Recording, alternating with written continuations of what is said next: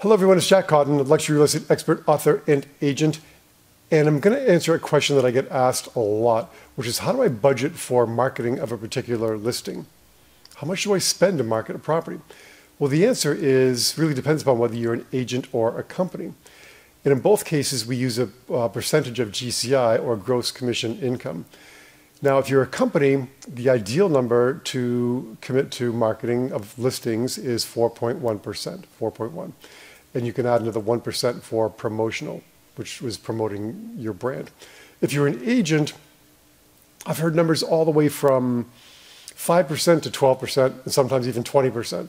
I'm going to take 10%, number one, because it's in the middle, and it's an easy number to work with for giving examples. So for example, if you listed a property and your commission after all the splits and referral fees and all that was $10,000, 10% of that is $1,000.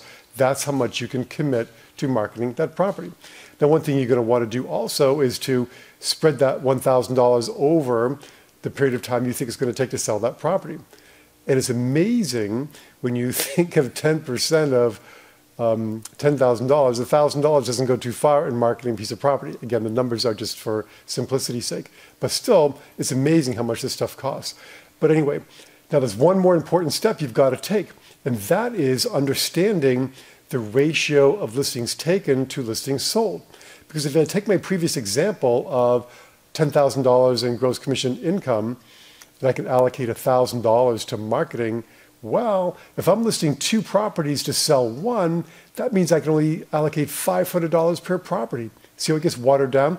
So there's 2 things to keep in mind as a result of that is, number one, a budget is critical, but number 2, you want to get your ratio as high as it can be. You don't want to list properties that don't have a high chance of selling.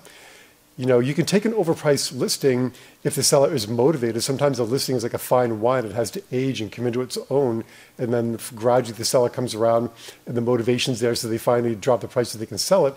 But if the seller doesn't have motivation to sell, you got to say no, because you're allocating rare and precious resources to a property that may not sell. So I hope that makes sense for you. Until next time, don't forget that Luxury Agent Academy is well underway now. We'll try to do it again towards the end of the year. And Luxury Real Estate Unplugged is on the first Tuesday of each and every month.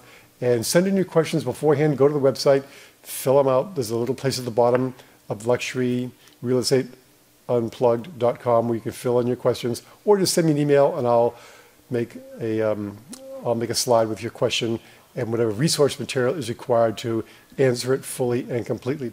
Also, if you show up live for the event, you can just ask questions on the fly as well. That keeps me on my toes. Lots of fun. Anyway, until next time, make it a great week.